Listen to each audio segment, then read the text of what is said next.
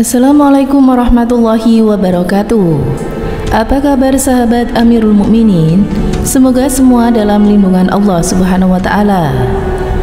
Di antara ayat Al-Qur'an yang menunjukkan keagungan Allah Subhanahu wa taala adalah ayat tentang nyamuk.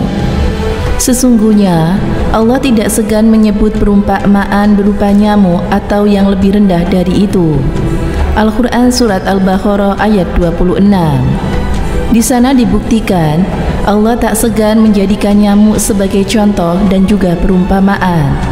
Mengapa Allah mencontohkan nyamuk? Ada apa dengan makhluk kecil tersebut?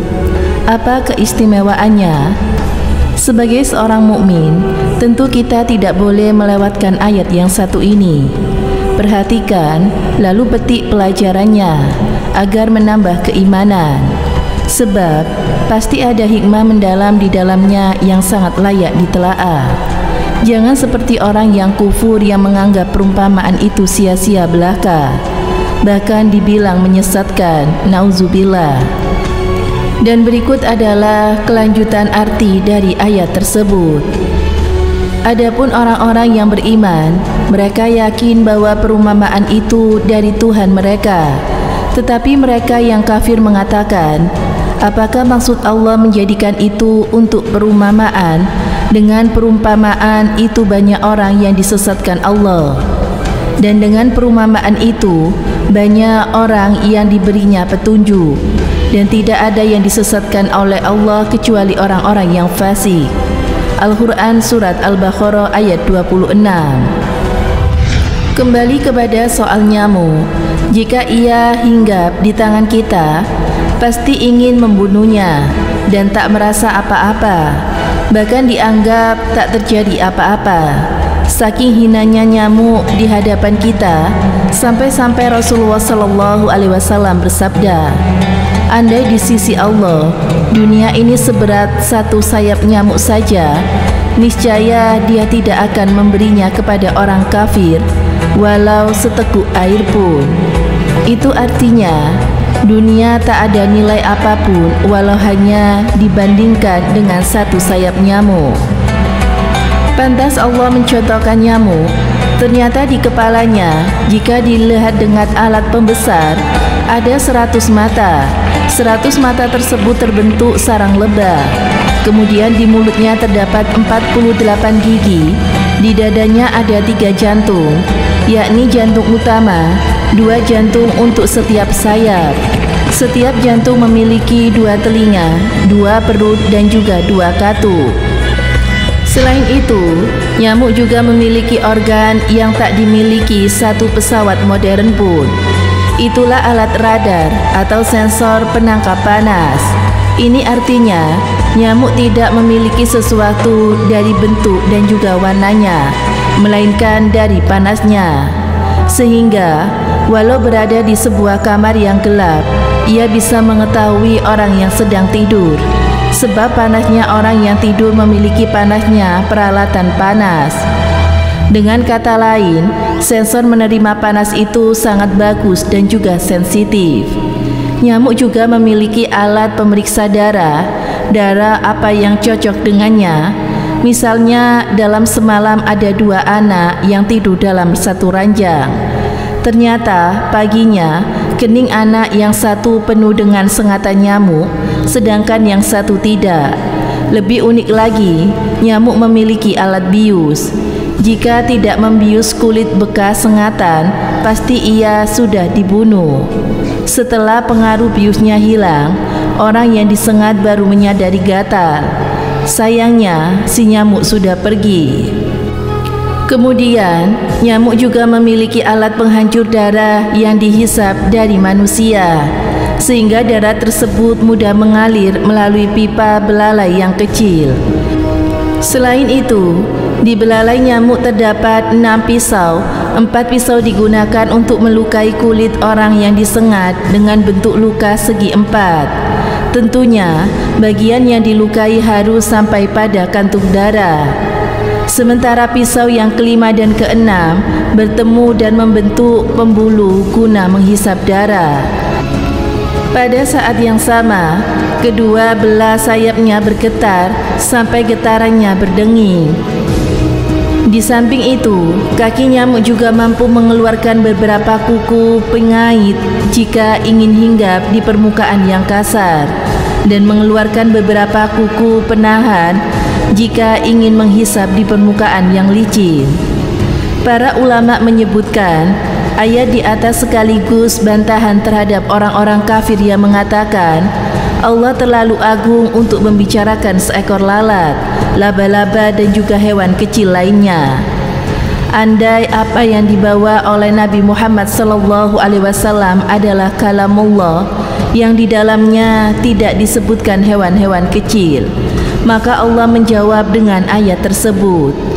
Ini menunjukkan bahwa menyebut nyamuk atau hewan yang lebih kecil sebagai perumpamaan mengandung kebenaran, penjelasan, dan bantahan terhadap kebatilan. Di saat yang sama, nyamuk tidak bisa dipandang lebih kecil dari paus biru yang beratnya mencapai 150 ton, di mana anak yang disusuinya sudah membutuhkan makanan sampai 300 kilo. Kemudian, untuk 3 kali menelan, air susu yang dibutuhkan mencapai 1 ton. Sementara paus besar jika ingin makan makanan yang bisa mengisi perutnya membutuhkan 4 ton ikan lain. Dan itu pun belum kenyang. Akan tetapi, penciptaan nyamuk tidak lebih kecil dari penciptaan paus. Dalilnya adalah ayat Al-Quran. Kamu sesekali tidak melihat para ciptaan Tuhan yang maha pemurah sesuatu yang tidak seimbang.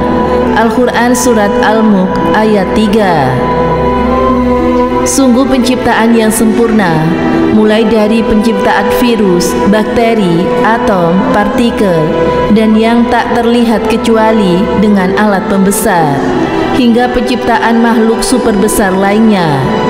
Di balik semuanya terdapat kebesaran Allah, Rabbul Alamin. Semuanya tertata dan tersistem dengan rapi.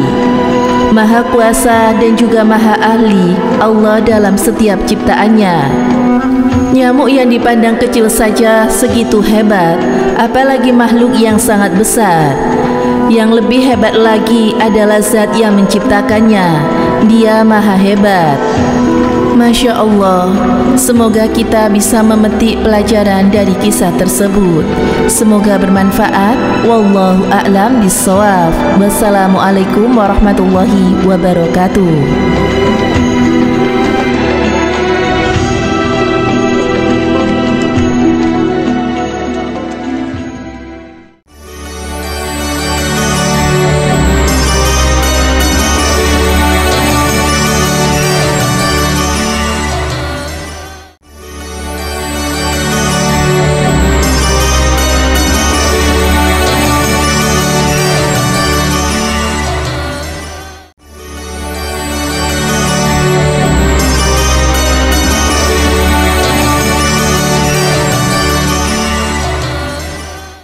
Assalamualaikum warahmatullahi wabarakatuh. Pemirsa Amirul Mukminin yang dirahmati Allah Subhanahu wa taala. Al-Qur'an merupakan kitab suci umat muslim yang menjadi salah satu mukjizat Nabi Muhammad SAW. Para ulama sepakat dari sekian banyak mukjizat yang Allah berikan kepada Nabi Muhammad, mukjizat Al-Qur'an adalah mukjizat terbesar yang diberikan Allah kepada Nabi Muhammad. Al-Qur'an adalah kitab suci penyempurna kitab-kitab sebelumnya. Al-Quran bukan hanya petunjuk untuk mencapai kebahagiaan hidup bagi umat muslim, tetapi juga untuk seluruh manusia. Meskipun Al-Quran diturunkan 14 abad yang lalu, namun ayat-ayatnya banyak yang menjelaskan tentang masa depan dan bersifat ilmiah. Para ilmiah maksud saya telah berhasil membuktikan kebenaran melalui sejumlah eksperimen penelitian ilmiah yang mereka lakukan.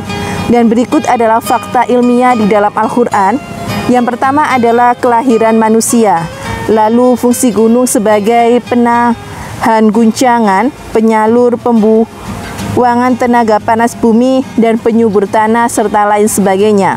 Lalu api di dasar laut, bagian otak yang mengendalikan gerak kita yakni ubun-ubun, besi yang berasal dari luar bumi atau asteroid, lalu garis edar tata surya, dan juga dasar laut yang gelap, sungai di dasar laut, serta sidik jari. Semoga bermanfaat. Wallahu a'lam bishawab. Wassalamualaikum warahmatullahi wabarakatuh.